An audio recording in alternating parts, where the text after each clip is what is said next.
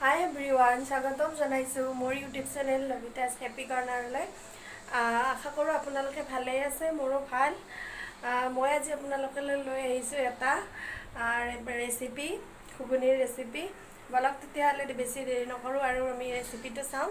आँखों से छू लूं के बाहें तरसती हैं, दिल ने पुकारा है हाँ, अब तो चले आओ आओ के शबनम की बूंदें बरसती हैं, मौसम इशारा है हाँ। ঘুগুনিৰ বাবে প্ৰয়োজন হোৱা সামগ্ৰীবোৰ মই যোগাৰ কৰি লৈছোঁ আৰু ইয়াৰ বাবে মোক লাগিব দৈ গাখীৰ এবাতি, জিকাই থোৱা বুট, আলু, বিলাহী, আদা নহৰু পেষ্ট, পিঁয়াজ, শুকান জলকীয়া, তেজপাত, গৰম মছলা আৰু কেইটামান জিৰা, আৰু লগতে লাগিব মোক নৰসিংহৰ গুড়ি কৰি থোৱা। গুড়িখিনি মই এতিয়া যোগাৰ কৰি লৈছোঁ আৰু এতিয়া কুকাৰত দিছোঁ মই বুট আৰু আলু। এইখিনি বইল হ'বলৈ দিম। জোখ অনুসৰি বইল হোৱাৰ বাবে ইয়াত মই পানী এড কৰিছোঁ। আপুনি জোল হিচাপে আপুনি যদি খাব বিচাৰে পানী বেছিকৈ দিব, আৰু যদি গোটাকৈ লাগে পানী কমকৈ দিলেও হ'ব। মই ইয়াত গোটাকৈ বনাইছোঁ আৰু সেইবাবে পানী মই বেছি যোগ কৰা নাই। আৰু এইখিনি মই ফ্লেভাৰৰ বাবে দিছোঁ অলপ নহৰু, আদা, জলকীয়া, পিঁয়াজ আৰু দুটামান জিৰা। এইখিনি যেতিয়া মই কুকাৰত বইল হওঁতে দিম তেতিয়া ইয়াৰ ফ্লেভাৰটো ধুনীয়াকৈ আলু আৰু বুটখিনিত লাগি ধৰিব, সেইবাবে মই আগতীয়াকৈ তেনেকৈ অলপমান দি লওঁ। এতিয়া মই কেৰাহীখন গেছত বহাই দিছোঁ আৰু এতিয়া কেৰাহীখন গৰম হৈছে। এতিয়া মই মিঠাতেল অলপ দিছোঁ। তেল আপুনি বেছি কম খোৱাৰ ওপৰত নিৰ্ভৰ কৰি তেলখিনি দিব। তেলখিনি মই এতিয়া গৰম হ'বলৈ দিছোঁ।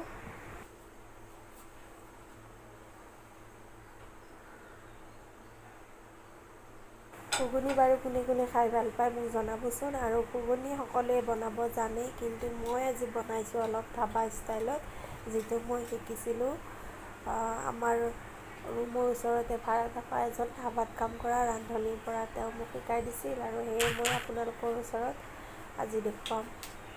তেলখিনি কেৰাহী গৰম হোৱাৰ পিছত ইয়াতে মই তেজপাতকেইটা তেলত দিম আৰু লগতে দিম শুকান জলকীয়া কেইটা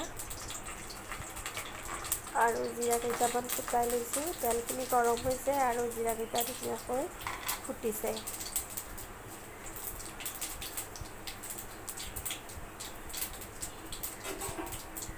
এতিয়া এইখিনি মই ভালকৈ লৰাই দিছোঁ আৰু এইখিনি ভালকৈ ভাজি ল'ম। যেতিয়া এইখিনি ভালকৈ ভজা যাব এটা ধুনীয়া গোন্ধ ওলাই আহিব আৰু এই গোন্ধটো ওলোৱাৰ পিছতে মই বাকী বস্তু ইয়াতে এড কৰিম। তেজপাত আৰু জিৰাখিনি ভালকৈ ভাজি লৈছোঁ, লগতে শুকান জলকীয়াও আছে।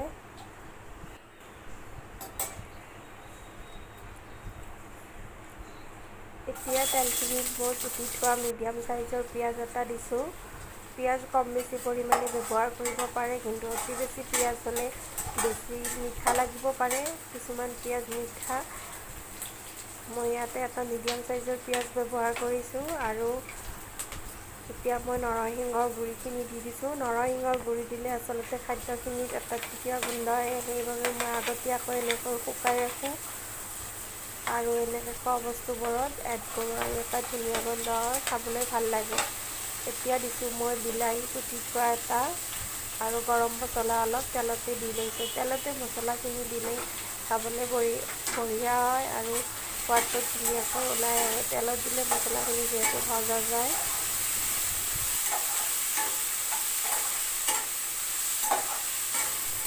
এতিয়া এইখিনি মই লৰাই আছোঁ যাতে তলত লাগি নধৰে। নন ষ্টিকি কেৰাহী হ'লেও বেছি জুই হ'লে কেৰাহীটো লাগি ধৰে আৰু সেইবাবে মই লৰাইছোঁ। এইখিনি ভালদৰে ভাজি ল'ম যেতিয়ালৈকে বিলাহীখিনি আৰু মছলাখিনি ভালকৈ পমি নাযায়।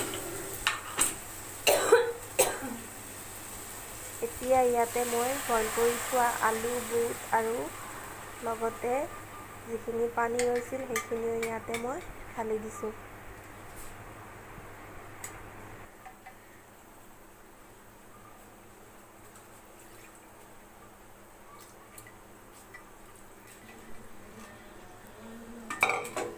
কেতিয়াবা বজাৰলৈ ওলাই গ'লে ৰাস্তাৰ দোকানবোৰত দেখিবচোন ধুনীয়াকৈ ঘুগুনিবোৰ উতলি থকা দেখা পাওঁ আৰু খাবলৈ মন যায়। আৰু এতিয়াতো লকডাউন, বাহিৰলৈ যাব নোৱাৰোঁ, গতিকে ঘৰতে এনেকৈ বনাই জুতি লৈছোঁ। আৰু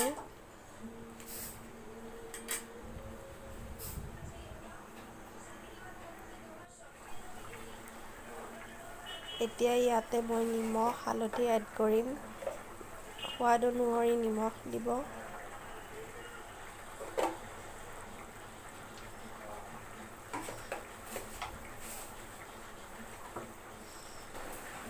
ঘুগুনিখিনিত এতিয়া হালধি গুড়ি আৰু নিমখ দিয়া হৈ গ'ল। এতিয়া মই উতলিবলৈ দিম।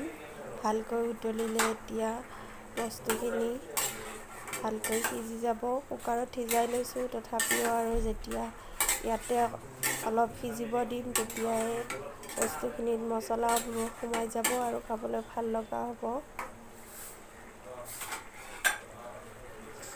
এতিয়া ইয়াতে মই দৈ এবাটি এড কৰিছোঁ। দৈখিনি ইমান ধুনীয়া আছিল, কিন্তু মই নিদিলোঁ, খাবৰ ইচ্ছা আছিলে কিন্তু এবাটিয়ে আছিল, সেইবাবে ইয়াতে দিলোঁ। আৰু দৈ এড কৰিলে ঘুগুনিখিনিত ধাবা ষ্টাইলৰ সোৱাদটো আহিব। দৈ দিয়াৰ লগে লগে ইয়াতে এটা মিঠা টেঙা ফ্লেভাৰ আহে, যিটো খাই বৰ ভাল লাগে আৰু মই ভাল পাওঁ। ঘুগুনি বনালে মই দৈ থাকিলে দৈ দিওঁৱেই, আৰু এইটো অপশ্যনেল হয়, কোনোবাই যদি দিব নিবিচাৰে দিব নালাগে। কিন্তু যেতিয়া দৈ দিব তেতিয়াহে ঘুগুনিখিনিৰ সোৱাদটো এটা এক্সট্ৰা আহিব, সেইবাবে মই দৈ ইউজ কৰোঁ। এতিয়া ঘুগুনিখিনি উতলি আছে আৰু চাওকচোন কালাৰটো ইমান ধুনীয়া আহিছে।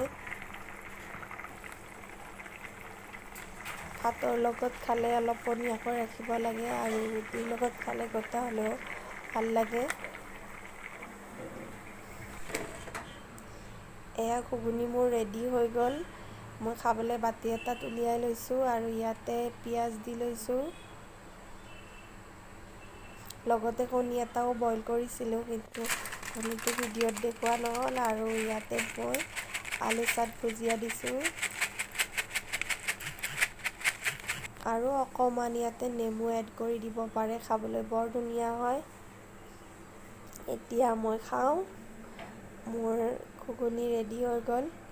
লকডাউনত এনেকৈয়ে জুতি লৈছোঁ। ৰেচিপিটো কেনেকুৱা পালে জনাবলৈ নাপাহৰিব, আৰু আপুনি যদি মোৰ চেনেলত নতুন তেতিয়াহ'লে মোৰ চেনেলটো ছাবস্ক্ৰাইব কৰিব, লাইক কৰিব এণ্ড শ্বেয়াৰ কৰিব, আৰু ভাল লাগিলে তলত কমেণ্ট বক্সত কমেণ্ট কৰিব। Thank U.